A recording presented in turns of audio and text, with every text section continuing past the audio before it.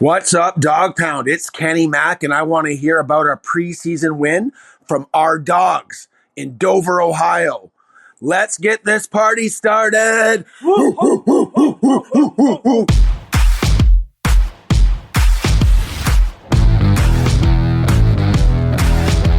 Welcome to the Dawgs Podcast with your hosts, Blake Reneker, Zach Kopp, Justin Charles, and Josh All. Hey, welcome back to another episode of the Dawgs. Another big shout out and thank you to Kenny Mack out of Ottawa for that awesome intro. Kenny Mack's a super fan. I can't wait till we can come up to Canada sometime and hang out, drink a brew. You guys have all actually been filling up our mailbox with voicemails lately. We're 2, 3, 4 weeks behind. It's awesome, but we want even more. Head to thedogspodcast.com, tap leave voicemail in the drop-down menu to get your intro on the show. If you're watching on YouTube, please like and subscribe, and don't forget to tap the notification bell so you never miss a new episode. You can also find us on Facebook, Instagram, Twitter, TikTok, Apple, Spotify, and Google Podcast. We're literally everywhere. There's no excuse not to listen to the Dawgs. We had a Browns game last night. Had a ton of fun in the chat on the Patreon, chatting with the members throughout the whole game. It was like we were just sitting in a room watching the game together. It was a ton of fun. If you're interested in getting some more Dawgs content, head to jointhedawgs.com to become an official Dog Pack member. Today at 12:30 was supposed to be the cutoff for the Fantasy League. We had a nice 12-team league set up. Had a guy join at 12:55. We're a bunch of sweethearts, so we're going to let him jump in the league. So we're going to keep it open for one more week to see if we can get at least one more person to round it out into a 14-team league. If we happen to get a bunch, we'll split up into 2 leagues. But so this is the final warning for real this time. One more week. You have until this time Sunday next week to get it to join the Patreon if you want to be in the Fantasy League. The more the merrier. Like I said, if we get 4 or 5 more people, we'll just split off and do 2 different leagues. So like we said, we had actual Browns football last night. It was nice to see, the Browns back into a packed stadium. I haven't seen that in a while. We were down in Jacksonville, take on the Trevor Lawrence-led Jaguars, Urban Meyer's first game coaching.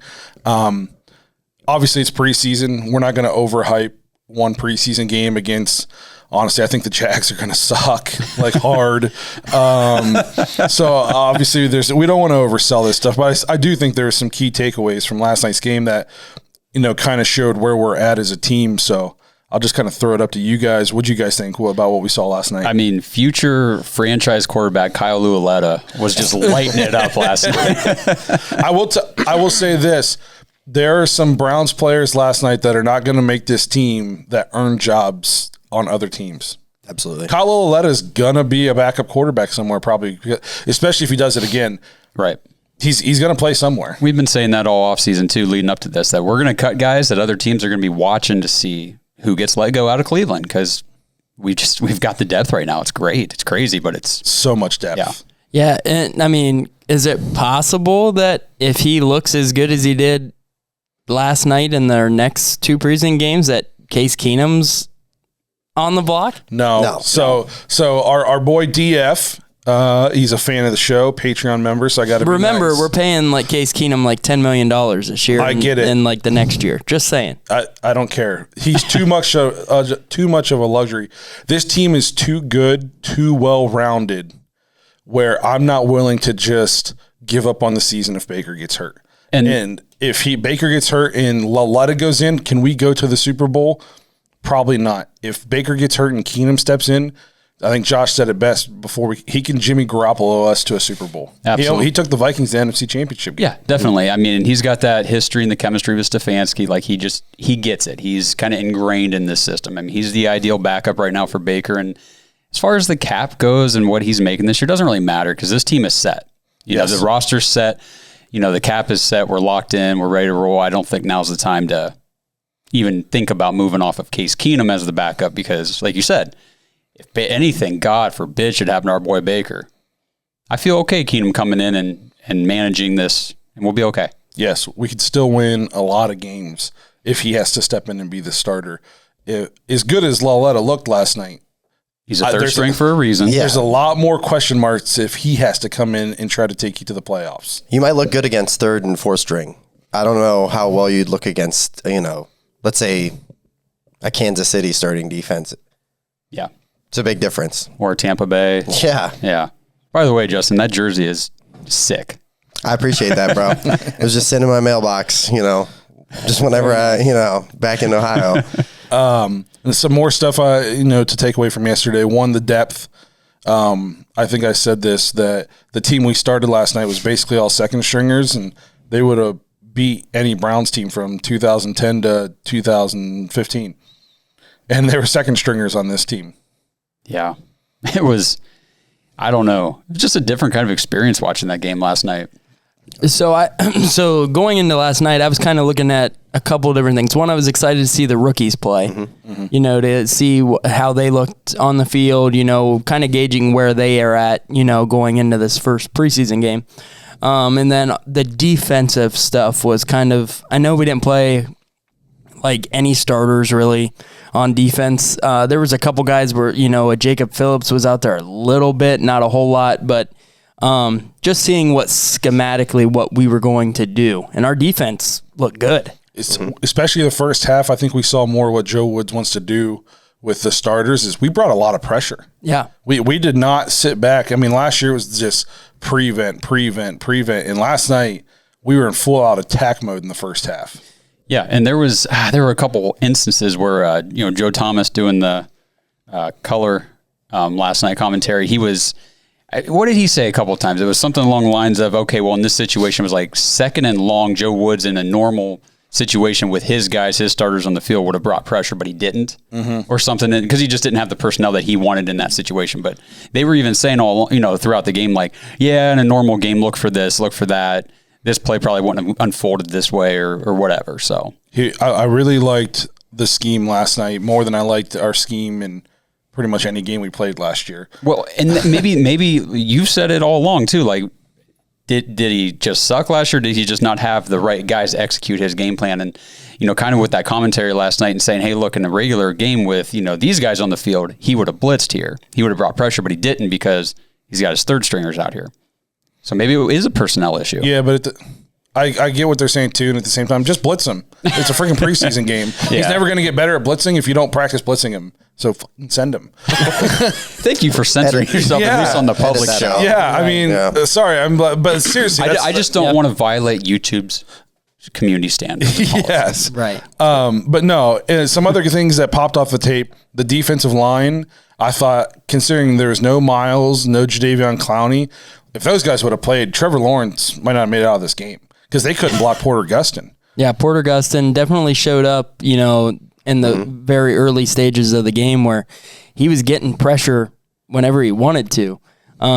Billings, he was out there for a little bit and played, which was nice to see since, he opted out of the 2020 season. But yeah, defensive line looked good. And we're not even talking, like you said, about our top guys being on the field. Yeah. So I think that if those guys are able to get pressure themselves, imagine what you're getting from Miles and Clowney. Yeah, it's crazy. So we sacked Lawrence twice, and it was, I'm just looking through, Sheldon Day, is that correct? Yep, that's correct. Sheldon Day and Porter Gustin. Yep. And we were pressuring them a lot. So if we can get pressure with our backups against their ones, that's good news for the Browns. Trevor Lawrence did not look comfortable. No.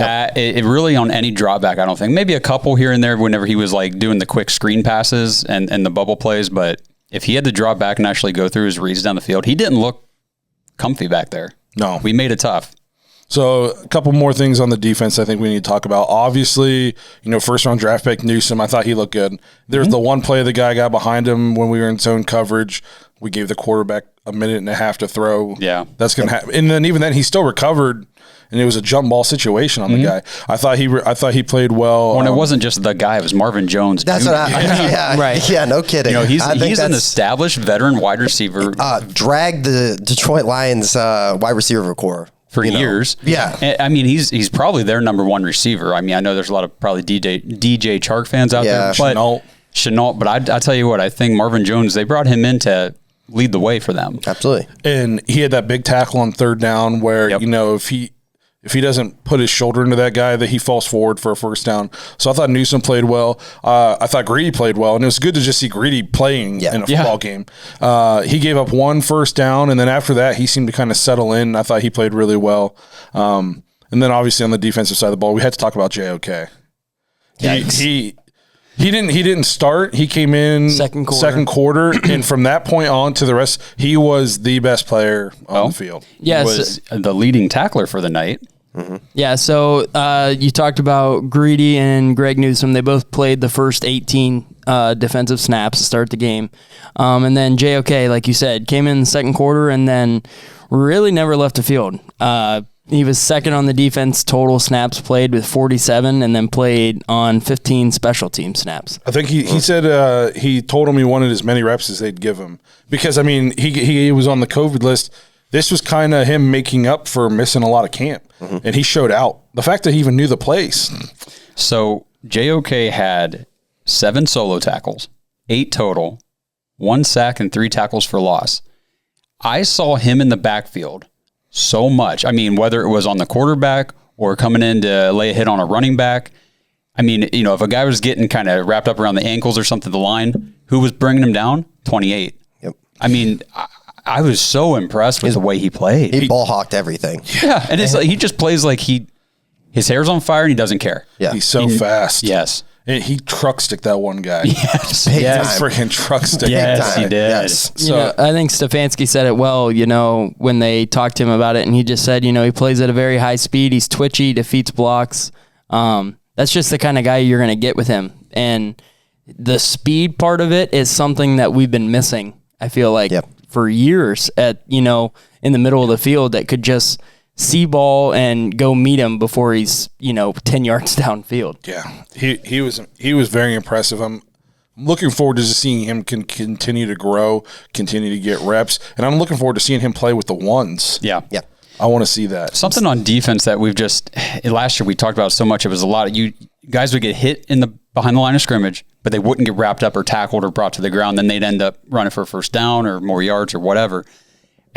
He just has that nose for the football, and it looks like he can finish plays. He can finish through the tackle, get guys down, or at least hold them up long enough to get the support there. Yeah. What are you guys thinking? Are you guys thinking we'll see ones in our next game? Because, normally it's like preseason game 3 and the typical years where we're playing 4 that you see a lot of the starters, at least for a series on each side of the ball. We're thinking that's game 2? I'm thinking a quarter. I don't know if they'll play a full quarter, but they need to play a couple drives at least, I would think, because if Tom Brady can play in the preseason, then Baker Mayfield can play at least a couple drives. Well, and it's like what Brady had, I think he was like 1 of 2. So Nick Chubb needs to come in, maybe have 2 carries. Done. Just let him get his feet back in the rhythm of getting hit by an opposing team. Cool, we're done. And we don't play a cupcake week 1.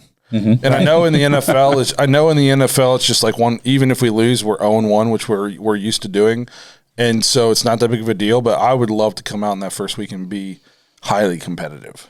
So I don't want to have to be shaking off the rust against the Chiefs. So we'll move real quick to the offensive side of the ball. I think there's two position battles we need to address. The first one's between DPJ and Higgins. I think at the start of that game, DPJ. He was the best player on the field. He looked like a man amongst boys at the start of the game. He was the guy they went to immediately. Yep. Wasn't it first play? Yeah. Good. And then I say that, and just when I was like, man, this is definitely DPJ's job to lose now, and then Higgins makes a big third down catch. Yep. Right. Then Higgins just gets open. He's not going to go away.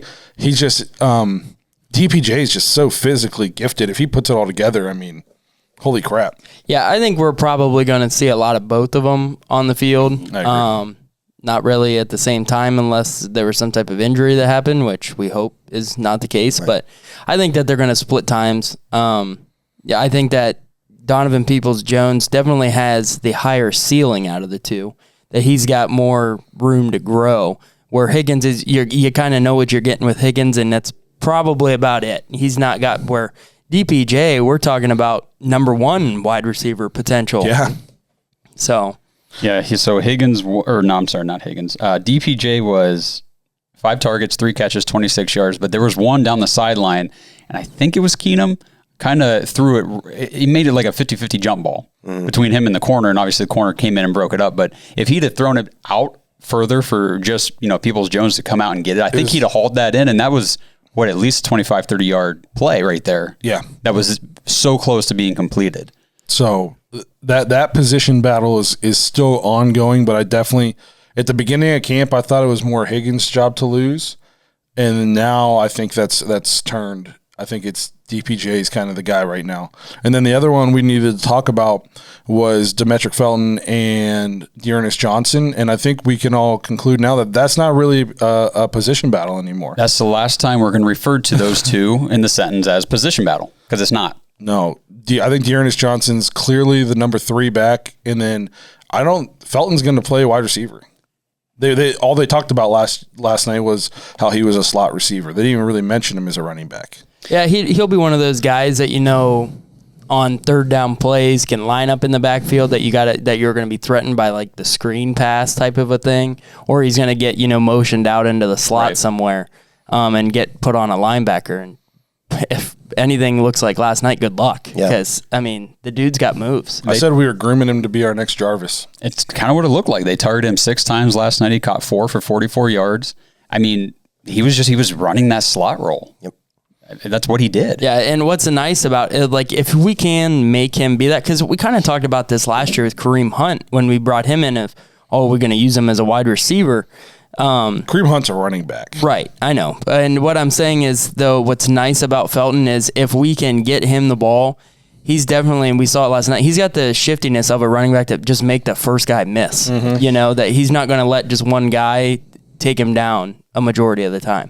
Now, so Felton, he was that 6th round pick. He's 5'9", 189. But did you guys think he looked bigger than that? Like I thought he looked big. I thought he looked more physically imposing on the field than just a little scat back. Well, here's the thing: 5'9", 189. He's almost 200 pounds at 5'9". That's 5'9" correct. is not very tall. That's a little taller than me. Yeah, not very tall. And 189. He's built. He's put together. That's a grown man. Yeah, so that'd be like me plus. He's not skipping the meals. A couple inches and 40 pounds. That's of muscle. And muscle, exactly. Yeah. So not snacks. No, not snacks. So he's he's not hanging out in the conference room over here. Yeah, eating pretzels. Yeah. So that was just kind of our takeaways from last night's game. Obviously, you can't put too much stock into how good things went and the score. I think you have to kind of break it down and look more at like player by player, position by position. And I do think there's a lot of. I just thought we looked super well coached, super disciplined. Basically, what we've come to expect from Stefanski-led Browns team. Yeah. Did you guys notice too that it was just a very Kevin Stefanski methodical kind of game plan? Even if I know he said he was going to hand over like play calling and stuff and duties to other guys, it still felt like a Kevin game. Like low penalties. I think there was 3 penalties. And then as far as just controlling the game and just that last drive, what was it? 20 plays? Yeah. 10 minutes of game. Play drive. It was just like unbelievable. Like, wow. Yep. So real quick, last 2 things I'll just throw out there. Richard LeCounte. He played did well. not look bad. No. Did not look bad. He looked like the guy that they said this guy was actually a higher talent than 5th round. So yeah, he played well. And then I'll just say our backups on the offensive line, cool. Because we're going to have injuries on the O-line, whether it's somebody's got to miss a quarter, 3 plays, or 3 weeks, whatever it is. We've got guys who can fill in. I feel pretty comfortable with their competency. Yeah, it was nice to see Hubbard back out there, coming back from injury. Our draft pick was out there, the Hudson. James Hudson. The 5 guys we started last night is our second string line probably better than some of the 5 starting lines in the league. Yeah, well, and they take James Hudson, rookie. He hasn't been an offensive lineman for very long. He used to be a defensive tackle. They switched him in college, all that story.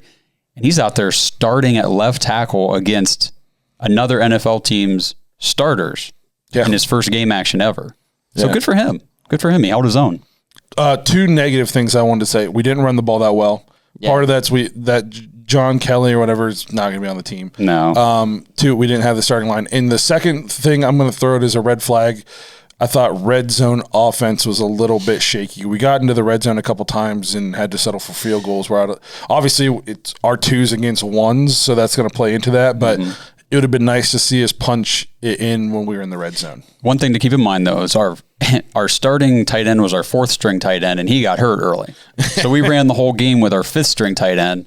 You know what I mean? So like our top 3 guys weren't even in there, and that's those guys. I mean, Harrison Bryant last year was a red zone threat. Yeah. So just little things. Hopefully in this game we get into the red zone, we punch it in. Yep. But all right, so that kind of wraps up our analysis. Of the I'm sorry, but can we just talk about kickers real fast? Oh, go ahead. Wow, what do you guys think? I mean, McLaughlin or Parkey? McLaughlin. When Parkey doinked that one in, I told you, I said, I am not getting the warm and fuzzies right now. I've seen that before. Yeah. Chicago's having nightmares. No, to me, Cody Parkey, even though statistically he was okay last year, there's just no faith for me. There's no trust. And if you look at the numbers out of camp, they always come out and say what the kickers did, and they almost always each miss one. Yeah. But McLaughlin seems to always make the long one, and Cody Parkey's one miss is the one that was from 45. Right, and if somebody's going 1 of 5 for the day, it's Parkey. Yes. Yeah. McLaughlin hasn't had the bad day yet. Yeah. Right. What about the kickoff that he kicked it off and it That's landed another at what? thing. The 50-yard line. I mean, It looked like a freshman football game. Yeah. It's just kind of disappointing, especially for a pro player. He's a starter. He started for us last year. He's our guy. I'm not a Cody Parkey fan at all. Yeah, no, I feel bad for the guy because he kicks better than I can, but but you're not getting paid. Yeah, exactly. Bro. No one's paying you to kick. No. And I don't know. I mean, there hasn't been a whole lot of talk about that position, from Stefanski. Maybe we'll find out in the next 2 preseason games, but I hope it's just not one of those things where it's like Parkey's a veteran, he's the one we're keeping type of. I don't know if they do that because we saw that with Jamie Gillian. It kind of just, true. I don't think they're afraid to make those kind of decisions. I could be wrong. I could be completely wrong. McLaughlin was the first guy to come out to kick. Yep. And he made his field goal. And then Parkey kicked the next 2. He made the first one from 35 or something, whatever it was. And His then distance. The 48-yarder was the one he kind of doinked in, by the skin of his whatever. And then McLaughlin had the 2 extra points, though. So the fact that they didn't split the extra points between the 2 kickers made me think Stefanski might be leaning toward McLaughlin and just see, can you consecutively make these extra points? Yeah. I hope so. I know, me too. I don't know. Because it's, I have more, at least McLaughlin hasn't let me down yet. Yeah. So. Yep. We don't have those scars. It's early. It's early, man. Until last night, we hadn't seen anything. Right. So we thought Seibert was okay. Yeah. And that didn't work out either. But all right, well, we'll move off that because we got some other things we want to get into. Before we move into our record breakdowns this year, I do want to talk about our new partnership with Symbol. Symbol's the stock market for sports teams, not just NFL. Obviously, we're big on the NFL, but they got NFL, NBA, correct? College football, MLB. Basically, anything you're into, they got on there. You buy low, sell high. It's literally the stock market for sports. It's super fun. There's 2 ways to win money on Symbol. You can either whatever team you own, if they win, you get cash payout within minutes of the game being done. The other way is, like I just said, you buy stock in a team that might be a little bit low right now, and then you ride them when they get a little bit of a winning streak, then you sell high. It's literally, it's like if you were to buy into Under Armour when they first started and you're a billionaire now. A good one that I was thinking about last night was the Jaguars. Yeah. Imagine if you bought them low when they were really, really bad last year, and then when they get the number 1 pick, get Lawrence, I'm sure their stock went up. I'll tell you. And then I saw that team last night, and you said they're going to suck hard, I'd be selling them right now. So here's the thing too, is I didn't think about this, is I should have bought Bears stock before Justin Fields played yesterday. Yeah. Because I didn't get on to look, but I'm sure they weren't crazy high. And then once he played really well, I bet you their stock went up yesterday, and then I'd be selling. Mm-hmm. You know what I mean? So it's super fun. You just got to pay attention. Another thing that's nice about Symbol is it's all year round. So it's not like fantasy football where, once it's done, you got to wait forever. It's something you can keep an eye on all year round. Everything affects it. Right now there's a promotional. Go to symbol.app/dogs, DAWGS. So that's our promo code. You use it, you get you buy in, and they'll give you $10 free to play. So you can buy another stock of somebody. It's a ton of fun. I haven't got into it yet. I'm just waiting. I got to make sure the wife doesn't see that I'm spending money on more football stuff. And then, especially with fantasy football season coming around. Yeah, and then I'm going to get into it, but then, and I'm going to be a billionaire. So make sure you check them out. Symbol.app/Dawgs, DAWGS, the stock market for sports. Jump in there, play with us. It's going to be a ton of fun this year. Let me check my schedule.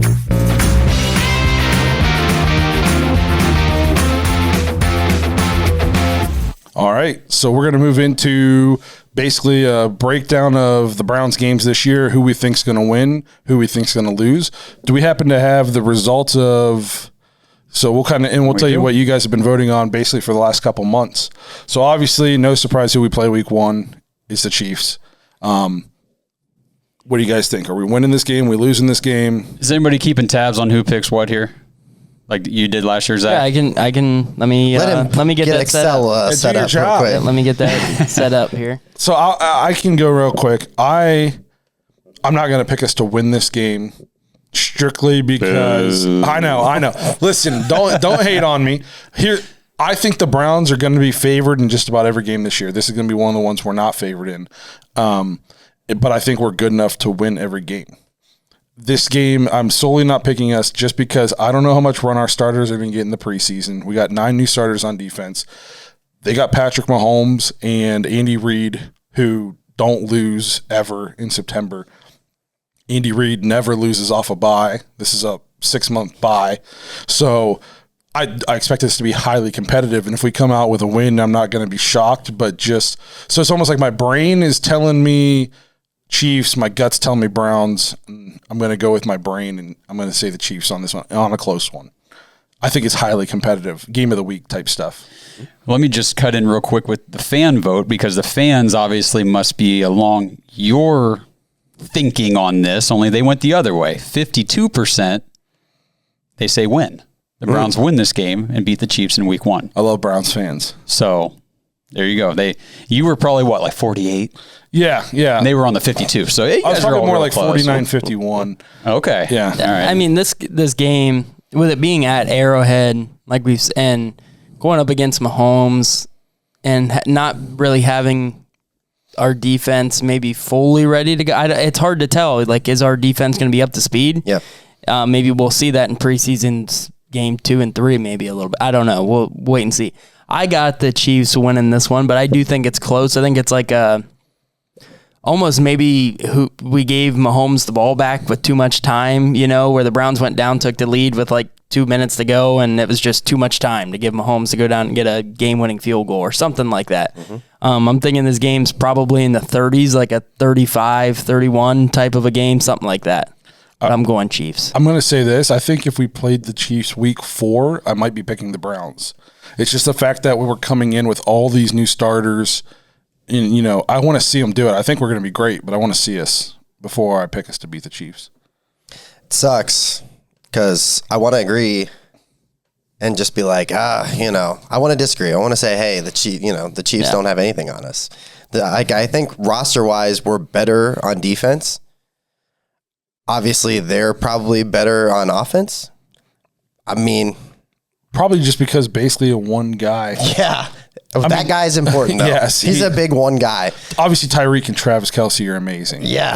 But Patrick Mahomes is what makes all that be unreal. Mm-hmm. I know. So, I do agree with you guys. I do think it's going to be close, and it wouldn't shock me at all, like, if the Browns came out and shocked the world a little bit. Now, if they do that, man, I think it sets up to be a crazy season. Like, if they come out and put it on Kansas City, I think, like, we're all emotionally in for a ride of our lives. Yeah, you never know. It could come down to a McLaughlin field goal. Yeah, and send him out. Hopefully it's not a Parkey one. Yeah, if it's a Parkey 52-yarder for the win, I'm just going to turn the TV off. And I'm going like LeBron James, like social media blackout. If it's Parkey, it's going to be a Jamie Gillen 52-yard attempt. Right. Drop kick. All right, Josh, what do you got? I will also take Kansas City, and I think it's going to be extremely close, and I think it's going to be one of those games that it's got that playoff atmosphere from the beginning of the season. Yep. And I think it's something that the Browns take with them every single game the rest of the year. So little mistakes, I think, are what's going to lose this game, and those will be the little mistakes that are going to get ironed out throughout the year and that you're not going to see in the playoffs. Because we've got so many new guys, young guys, on that defensive side especially. I mean, I look for guys like JOK to make a splash in this game, but to maybe make a couple mistakes, Newsome maybe make a couple mistakes in coverage or whatever, that don't get made down the road when it really matters. That's kind of my take on how this game's going to go. This is the measuring tape game. Like, exactly. I mean, literally, you're saying, hey, regardless of what happens, if the Browns have real aspirations of winning the Super Bowl or making it far into the playoffs, you're going to run into them again. Yep. Yeah. So how do you stack up? I mean, that's basically what it comes down to, because you're going to play them again, most likely. Right. Well, right. don't worry, Browns fans. At least for me, not a lot more losses in the immediate future today. So we'll go ahead and move on to week 2.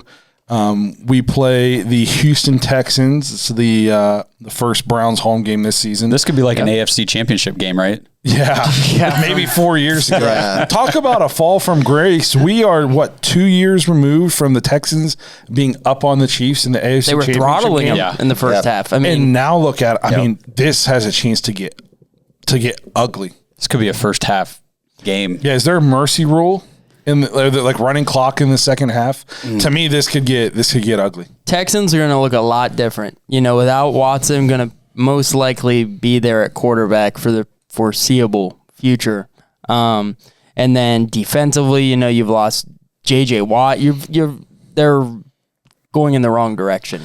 They were, if you think about it, they were a team that was like the bottom feeder. Then, in just a couple years, look what happens. You draft a really good quarterback, turns everything around, and they all of a sudden were a playoff team and a contender. And now they're a long way away from that, though. Yeah. Like Hopkins leaving, when you're saying DeAndre Hopkins and Brandon Cooks are like the same number 1 wide receiver material, I don't buy that. And when you're trading DeAndre Hopkins for David Johnson, that's also a great point, man. you got to wonder what's actually going on here, because come on. Worst thing that ever happened to Bill O'Brien was he left Penn State. Because if you remember, he turned Penn State around real quick. Yeah. And people were like, man, this guy's awesome. And then he went to the Texans, and this dude might not ever get a coaching job again. He's definitely never going to have a GM job. Oh my God. Yeah, that audition didn't go so well. So I think we all agree this is Browns big. Browns, Yeah. I say big, getting back to 500, home opener, getting the First dub. one. Getting a dub. First one in my entire life. Getting that dub for Justin. All right. So we want to move on to week 3 here. Well, I will say, obviously, I'm going Browns, and the fan vote, 100% Browns. I think if Deshaun Watson's playing that game, it's a little different. It's a way different. It's entertaining. Yeah. But Do you think it's entertaining if Watson? I think if Watson plays, it's a close game. So not with, close game, with but Deshaun Watson not playing, we win 35-7. If Deshaun Watson plays, we win 35-10. Dude, man, who's he throwing to? Well, Anthony Miller just went down with I saw that broken collarbone, separated shoulder, something with his shoulder last night in the preseason game. Yeah. So they've got nobody to throw to. No, Deshaun Watson, he's amazing. There's only so much he can do.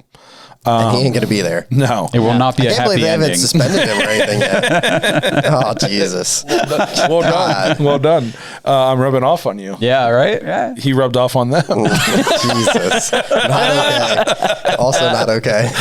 All right. So put that on a TikTok. Justin, this is what you missed last week, man. So we'll move into week 3. Against the Chicago Bears. Justin Fields looked super good yesterday once the starters went out for the Dolphins. I do think Justin Fields is going to be good. I think if anybody thinks Justin Fields isn't starting by this point, they're insane. I think I'm one of those guys. I know. We argued about this on the way over here. Justin Fields will be the starter for the Bears week 1, especially if he looks good again in the preseason. From what I've read throughout the offseason, preseason here in camp and stuff, Justin Fields is going to make them start him. And what he did in the preseason game yesterday just showed that he's definitely going to. I'm pretty sure the Bears started off on like a primetime game, like a Sunday night or something like that. Against the Rams? There's no way they trot out Andy Dalton There's no way, especially if Justin Fields looks that good in all 3 preseason games. Matt Nagy's job is directly tied to Justin Fields' success this season. Correct. Not in 3 years, No. this year. Correct. So, I agree. So this is Justin Fields will be playing, and it'll be exciting to see him back in Ohio. But we're going to kick the crap out of him. Yeah. Yeah, Yep. I mean, he's going to be going up against, he did look good in the preseason game. We'll see how, and then they did the interview where he's like, yeah, the speed's kind of actually slow. Everybody talks about how fast it is, and it wasn't. We'll see when you got Myles Garrett and like Clowney and guys like that. And you got, if you're going to go week 1, he might Aaron not make Donald. it. He might not make, if he starts week 1, he might not make it to week 3. Yeah. Because Aaron Donald might, he's a take tough him kid. out. He's a tough kid. He proved So that he's it'll a be tough kid. it'll be interesting to see. I think that they're crazy if they're starting Andy Dalton, because what's he give you that's like so much better than what you're going to get from Fields. And as a franchise, your fans and everybody want to see Fields. So do you really want to upset him and throw out Andy Dalton? As I just don't see that being a smart choice. So I got the Browns winning this game. I think that they might keep it close. The Bears might keep it close. They do have a really good defense. A very good defense. So, it might be a game where Browns win by like 10 or something like that, but I don't think we're going to blow them out like a Houston team. No, this will be a more physical game, I think. I think we still win by double digits, but it's not by like 25 or 30 or like, I could see like a 10-point win, something like that. If we put 25 or 30 up on that defense, oof. I don't see that as being a problem. It wasn't a problem last year for our offense. So, I mean, here's the thing. Okay, so to put it, would it be crazy for the Packers to put 25 up on them? no. No, we're as good as them, if not better. The Yeah, Chiefs. I'm with you. Our offense is at that level. Yeah, it is. And I still think it's a little bit weird to hear that as a Yes. Browns fan, but we had to get it through our heads like that. Exactly. We're not dog crap anymore. no, and this is not like the Freddie season where we were hyped up thinking this is what we could be. No, we've already seen it. Yes. This isn't what we could be, it's what we are. Correct. So it's going to be a fun year. And by the way, I will be at this game.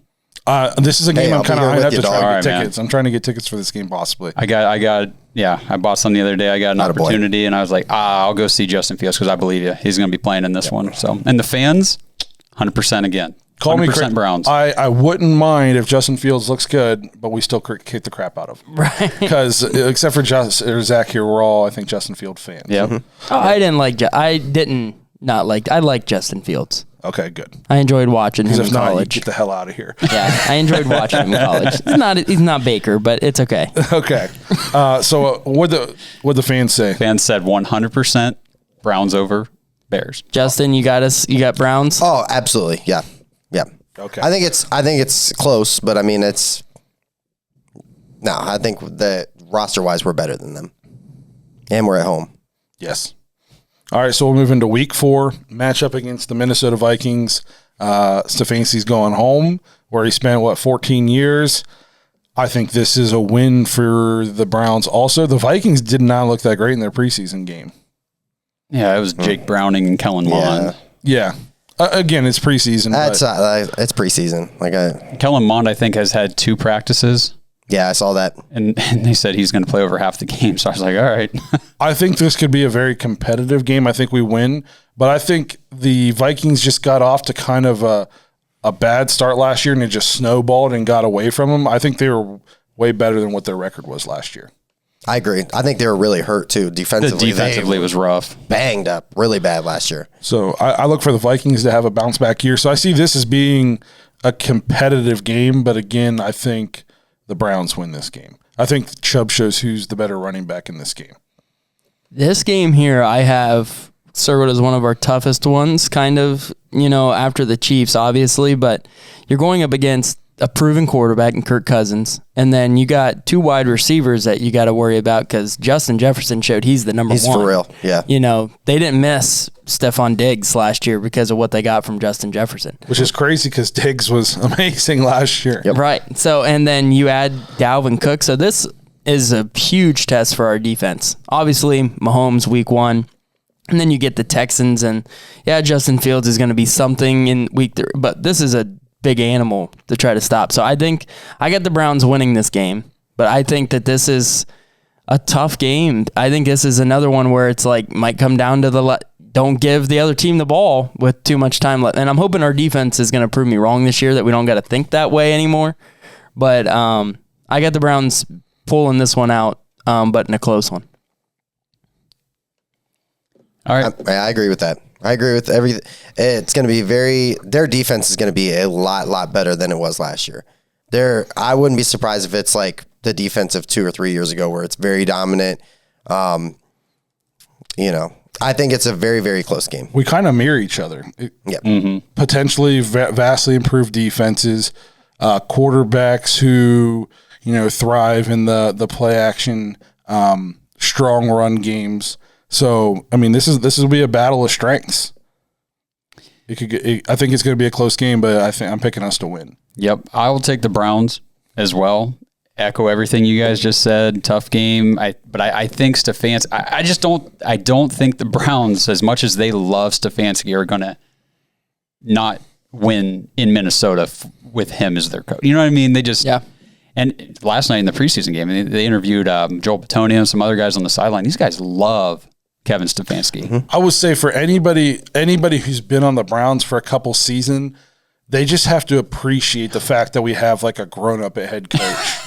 Adult. We have an adult at head coach, somebody that they know they can trust to lead our franchise. For a guy like Petonio, man, he's been through what he went through, yeah. He's just the fact that he's got a coach that just won Coach of the Year. I mean, he probably cries in bed at night just thinking about it. Right. So that Justin, you're taking Browns as well. So Browns, that takes us through 4 weeks. We're all the same record, sitting at 3-1, heading to week 5. And the fans said 91% Browns. So they agree it's going to be a tough one. Yep. So week 5, this brings us to a game against MVP favorite Justin Herbert. We're going to be playing the Chargers out in LA. This is a game that could be tough, not necessarily because I think the Chargers are better than us, just because East Coast teams seem to struggle when they got to fly all the way out west and vice versa. But I've talked so much crap about this that I have to pick the Browns to win. Yeah, so I actually may be going out to this game. Oh, nice. Really? Yeah, there's a chance, that I could be going out to flying either Los Angeles or Vegas the night before on Saturday and being there, then driving, if we're in Vegas, driving out on Sunday morning. Thanks for the invite, Zach. Well, it's not my doing. I got invited. So I know all the same people. So, I think that would be pretty cool. You get to go to SoFi out there. That stadium is nice. Yeah. So, but this game here, this one scares me a little bit. I do think Justin Herbert's going to have a good year. I don't know if it's MVP caliber, but I do think that their offense, I mean, we're talking about, Keenan Allen's still around. The guys, and Mike Williams kind of took a big step up last year because everybody kind of wrote him off of, he had that really good rookie season, then everybody kind of forgot about him. And he looked good. They have a couple rookie wide receivers that are actually really good. They get Derwin James and back on defense. They still have Bosa. I like Guyton a lot too. Yeah. I mean, they got some weapons. And then running back wise, Eckler was out pretty much all year last year for them. I think that this one, Browns are sitting, 3-1. They come in. They got to fly all the way out west. I think we lose a tight one to the Chargers. Something like a 30-27, something like that. I got us losing. We play at Minnesota the week before. Do you think we come home in between these, or do you think they just go out west and get used to the time? We're already halfway there. I don't know how travel planes work in the NFL. I feel like they usually come back. Yeah, I'm thinking. Yeah, it's an early Sunday game, so you're back in Cleveland by 7 o'clock. Sure, and then they'll fly out on Friday. Right.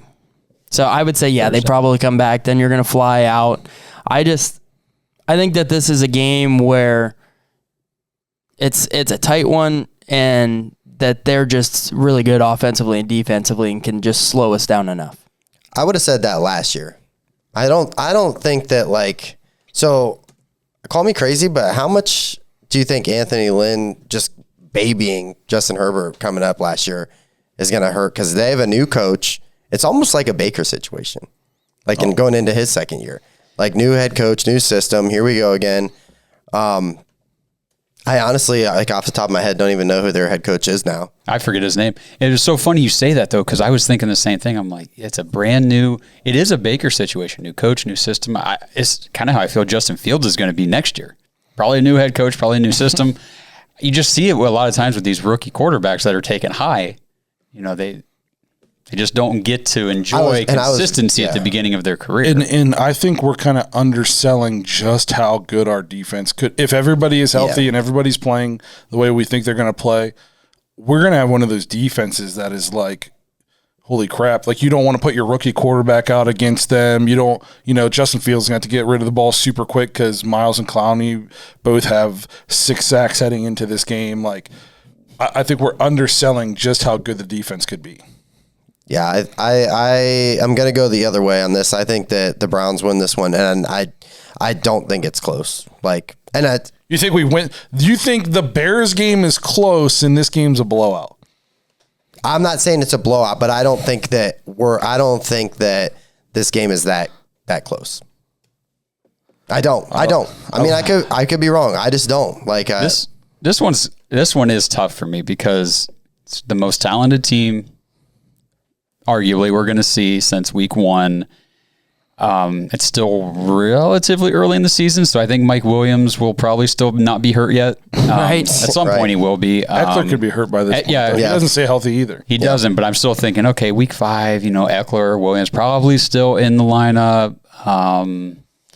Their defense, they got guys back, but it is new. It's new coach, new system, and it's so hard to project these guys that you just don't have any history on. So I'm going to take the Browns here. I do think it's going to be this. I could see this one being one of those where we slip up a couple times. We're coming off a couple big wins. We're second, away game. We're out on the West Coast, but I think we get the job done. All right. What'd the fans say? 74% Browns. Good. So they're a little bit, again, you can tell, we're kind of on the same page with a lot of these guys. Yep. So we'll move into here, week 6. The Cardinals come to town. Your favorite team. I think we win this game. To me, the Cardinals give me the feeling of there's going to be a lot of hype about their old team, and they're not going to live up to it. J.J. Watt, I'm sorry, I like J.J. Watt, but he's done nothing. He'll probably be hurt by this point. Oh, yeah. I think so. I'm not sold on the Cardinals. And has AJ Green hurt his ankle in camp yet? If not, it's coming. Not that I know. It's coming. Right. He won't be out there either. No, so this is a win for the Browns. I think it's a win for the Browns, but I think also, like, how much is Kyler Murray stepping forward? Like, is he progressing the way he should be? If he progresses like the way he should be, this could be a very interesting game. If he has another kind of mediocre season, like, see, he had games last year where you're like, wow, this kid's special. And then immediately, just nothing. What does the Oklahoma homer at the table have to say about Kyler? I think that, one, I don't think Kyler is in a great NFL system. I think he's playing in a college offense in the NFL. So sometimes, it wows you against really bad defenses, but against the coach that is like, oh yeah, I remember seeing this 15 years ago type of a thing when I was in college helping out, they get hurt. He's not gonna beat Seattle twice a year because Pete Carroll is on the other. He's not gonna beat Sean McVay twice a year because that division is crazy. So I think offensively they got weapons. I know AJ Green's old, but he's the number 3 behind Christian Kirk and DeAndre Hopkins. Yeah. Running back wise, I know Kenyon Drake isn't there anymore. James Conner's there now. They got James Conner, but the backup Chase Edmonds he's okay. He's good.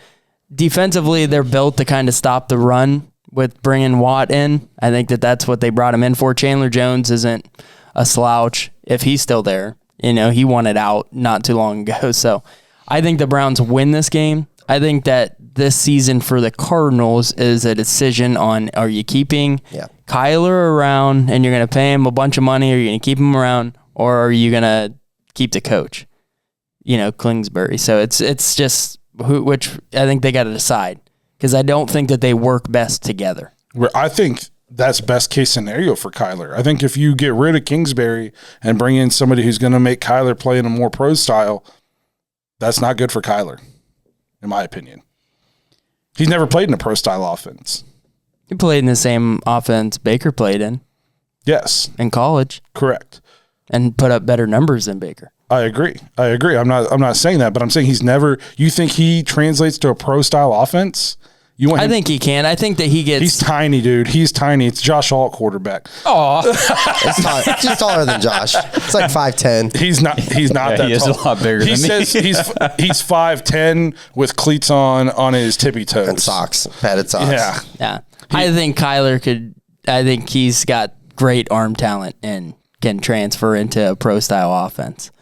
I don't think that they're losing a lot of games because Kyler's underwhelmed as a quarterback.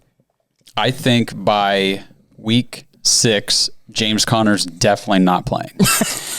So let's just write him off. Chase Edmonds, and I can't remember the stat. Are these guys that have burned you in like fantasy years or something? No, James Oh, Conner just never, sure. like he can That's never true. stay healthy. I mean, Pittsburgh It's gonna be weird now. didn't want anything to do with him, obviously. Chase Edmonds, I believe what they said is he's only ever had double-digit carries twice in his career or something. Like it's some crazy stat that this guy's actually not a lead running back. So I just don't think they have enough offsetting. I mean, I think we're going to be all over Kyler in this game. It's going to take one hit, one Myles Garrett smackdown, and this guy is over there nursing a bum shoulder. And you saw what happened last year when Kyler got a little banged up. He did not play well through it. I almost picked the Cardinals to win once I heard Blake picked the Browns to win. This is true. We're probably not going to. This is true. This is if true. it's anything like last year, it'll be the total opposite, and the Cardinals will be Super Bowl contenders. What? All right. So what? Are we all Browns? I'm Brown. So we What got about the fans? Oh, the fans were 74% Browns. Okay, so we got Josh, Justin, and Blake all sitting at 5-1 through 6. I'm sitting at 4-2. Okay. Okay. So And the fans are 5-1 as well? Yes. So we got 2 more games to get through here today. Next one is the Denver Broncos. Drew Lock actually looked good yesterday. Teddy Bridgewater looked good yesterday. They might have like a real competition on their hands. I think, I mean, this is just a side note, but I feel like Denver wants Drew Lock so badly. Yeah, I mean, they drafted him. That's their guy. That's who they want. They like him. They really do. And I think Drew Lock's I think he's a good kid. I think he's a good player. He just needs to Be consistent. be consistent and step into the potential that he possesses. And I think I believe he was working with Peyton Manning, and they're doing what they can for him. Let's say that. The Broncos, if they're healthy, this could be a tougher game because if Drew Lock's playing well, they're loaded on offense. Yes. Their offensive weapons are insane. Yeah. Insane. I mean, they're loaded on offense, and defensively, they're still solid. Cortland Sutton, Jerry Jeudy, KJ Hamler. They've got the 2 tight ends, Fanton Ogwaybanam or something like that. And then they've got Is Melvin Gordon? Melvin Gordon and Javonte Williams, and I'm sure Williams I'm missing looked nice. Tim Patrick at receiver. I mean, they've got guys that can play ball. Yeah, they're loaded. But I'm going to go on the assumption that they're not getting good quarterback play. I'm going to pick the Browns. I agree with you there. And my thing too, like Drew Lock, I just don't trust him. And then Teddy Bridgewater he's a nice complimentary backup quarterback. Can we agree with that? Yes, and I also don't know if I trust. Vic Fangio is known as being a great coach in the NFL defensively, but I just don't know if I buy into their offensive philosophy at all. Like, do they even have one? They have all these weapons, and it's just kind of like blah, like they don't know what to do with them. Yeah. So, I'm on the Browns on this one, especially at home. Getting Cortland Sutton back, I think, is going to be a big help to their offense. Especially, it takes a little pressure off Jerry Jeudy because Jerry Jeudy, until the end of last year, wasn't really ready to be a number 1 in a rookie year, coming into the NFL, especially when your quarterback play wasn't great. I think that Drew Lock is going to be the starter, I believe. And I think that that was when Cortland Sutton had his best year, was when he had Drew Lock throwing to him. So they obviously have a chemistry together. And then now you bring in some of their other weapons. I think that Denver is probably looking at like a 500 type of a team this year, maybe get to 7 or 8 wins. So maybe like 7-9. No, it'd be what, 7-10 this year. That's different. Can you go 500 this year? No, you cannot. So you can't, right? So that'd be a little different. But I can see him getting the 7-8 wins, something like that. They obviously play in a tough division as well. This team's crazy because when they were talking about Aaron Rodgers potentially going there, it was Super Bowl talk. Yeah. And now we're talking Drew Lock or Teddy Bridgewater, and we're talking 500. Right. That's the difference that a good quarterback makes on a team like this. It's got the talent, got the weapons, got the defense. Right. I agree with Blake. I don't know about the coaching. That's a little bit up in the air. Yeah. I think he's another coach that's on the hot seat probably going into the season knowing, hey, I could better have a good year, otherwise I'm probably done. Yeah. I got the Browns winning this one, getting the 5-2 in my So I got to say, I'm telling you, I don't see us losing a lot of games this year. It's tough. It's tough to picture us losing some of these. Yeah. honestly. Last year, Josh, you'd have had us at like 2-4. Correct. Yeah, Correct. I think me and you picked 11-5, right? Yep. When we got it right, 11-5, 11-5. It was 10-6. like 2-15 or something. But yeah, so do we all got Browns winning here? I think so. What do the fans say? Fans said 100% Browns. I have Browns as well, and I agree with Zach. I think Drew Lock starts the season, and by week 7, we're playing Teddy Bridgewater. Could see that. So we'll see. We'll see. By the way, thank you to everybody who voted on this to give us the fan input. That was really cool. Yep. I was happy we were able to leave it up for a couple months, and you guys all voted on it. It was sweet. So this brings us to week 8. Final game we're going to talk about this week. We'll finish the second half next week. Brings us to our first game against the Pittsburgh Steelers. This one is at home. On Halloween. This could be obviously we give the Steelers a lot of crap. They're probably going to somehow win 10 games. Yeah. Now it is nice that we're playing them getting later in the season, so Big Ben's probably going to be starting his Decline. his annual decline. Yes, by this point. I do know the Steelers are going to be hungry though, because they have to have a bad taste in their mouth from the last 2 times we played them. They're going to come out. They're well coached. Oh, for sure. They have. I will say, Mike Tomlin. I have a lot of respect for Mike Tomlin. Absolutely, as a coach. bro. I think I have more respect than most Steelers fans. Absolutely. Most Steelers fans are like, "When are they going to fire him?" Yeah. Like, I why? don't get it, bro. I literally laugh so hard. I mean, I love Stefanski. Yeah, but please like before fire him. Stefanski, I was like, "Yes, please, I'll take Tomlin." Oh, if they would have fired him, I'd have been like, you couldn't get that private plane over into Pittsburgh fast enough. Here's the thing too: is good coaches don't grow on trees. No, we know that. Yeah, there's a reason why the teams that fire you get lucky when you find the good one. That's why these bad teams sometimes it takes 3, 4, 5 tries to find your coach, because they're not just a million good head coaches out there. So No, and sometimes you let a guy lose 16 games in a row and still give him a shot. Yeah. So I mean, go ahead and fire Tomlin, please. I hope you guys do. I'm going to pick us to win this game, but I think this is going to be a battle. I think it's going to be a rough game as far like physically. I'm hoping I can rough. see there's going to be an injury or two. I think there's going to be some ejections. I mean, seriously, I think it's going to be kind of nasty. Especially, divisional game. And here's the thing too is if we're 6-1 coming into this game, and they're somewhere in that 6-1, 5-2 range. I mean, this is going to be. They might bump this to prime time. This is going to be. So I looked at that. game. I saw primetime game for week 8 on Sunday Night Football is Cowboys Vikings. Yeah, so you never know. It could be played on Halloween night. Yep. Yeah, this has a chance to get rowdy. Good for Justin's going to be there. Absolutely. I'm very excited. Yeah, Let's not make any COVID rules or anything anytime and soon. everybody Come on, just- keep that going. Right. Keep your helmets on. So Yeah. Justin, are you wanting him to play at the 1:00 game then on, or do you No. want to push that night? I'm planning on being on day shift by then, so I'm hoping that that doesn't matter. We'll see what happens, but yeah. or a call off day, either one. Yeah, I mean, it's PTO time. I'm gonna go with what you guys said.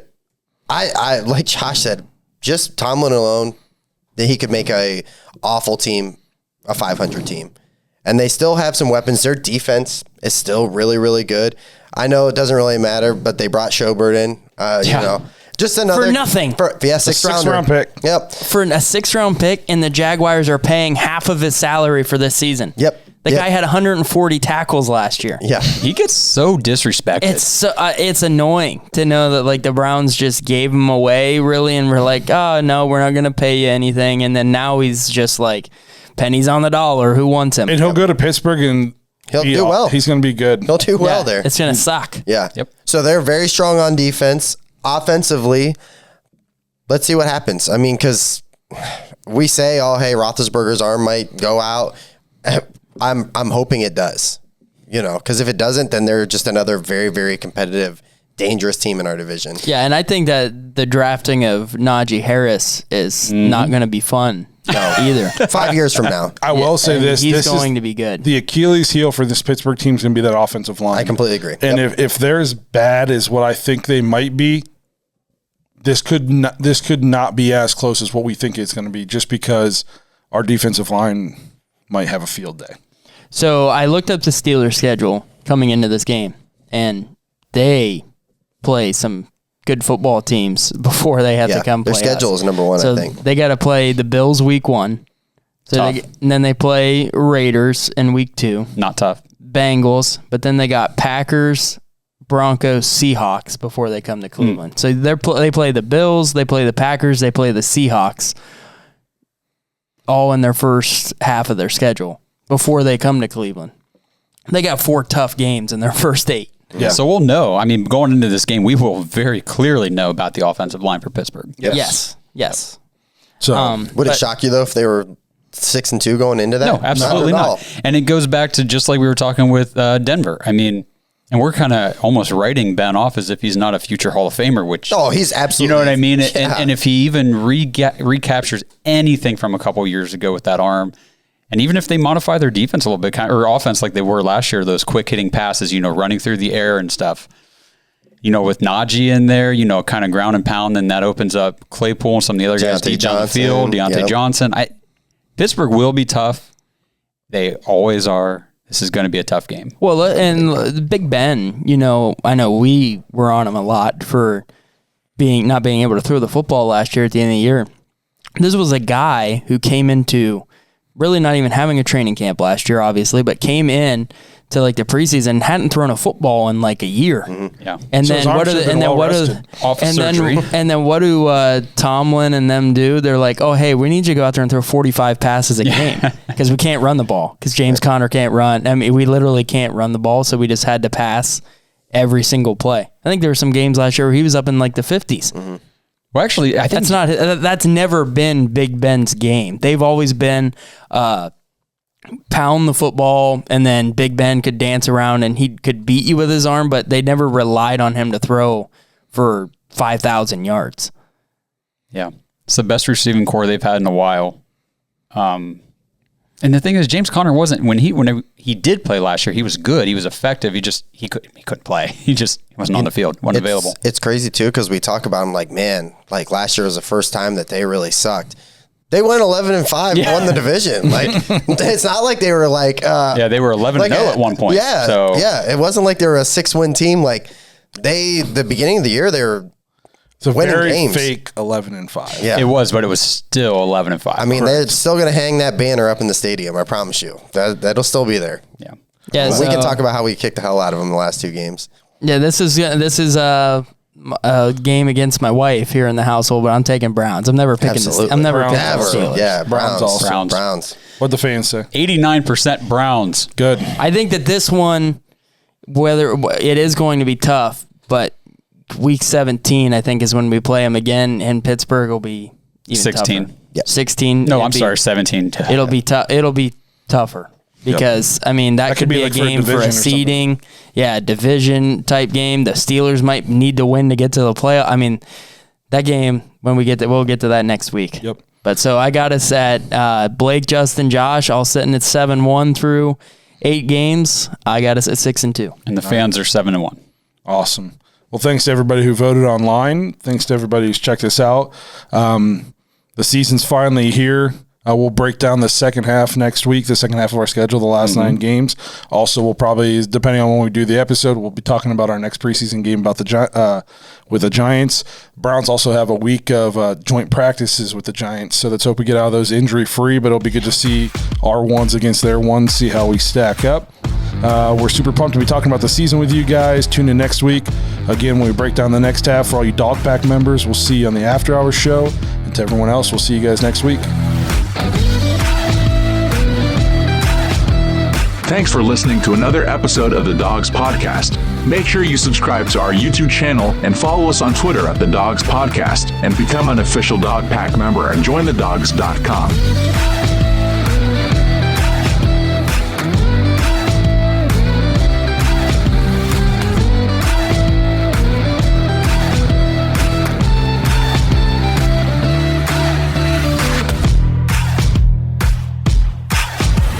I saw somebody tweeted that he looked like a backup quarterback turned baseball player turned tight end trying to block because that's 100% accurate. Hey, I'm not the only one, but we're not the only ones who thought it was bad last night.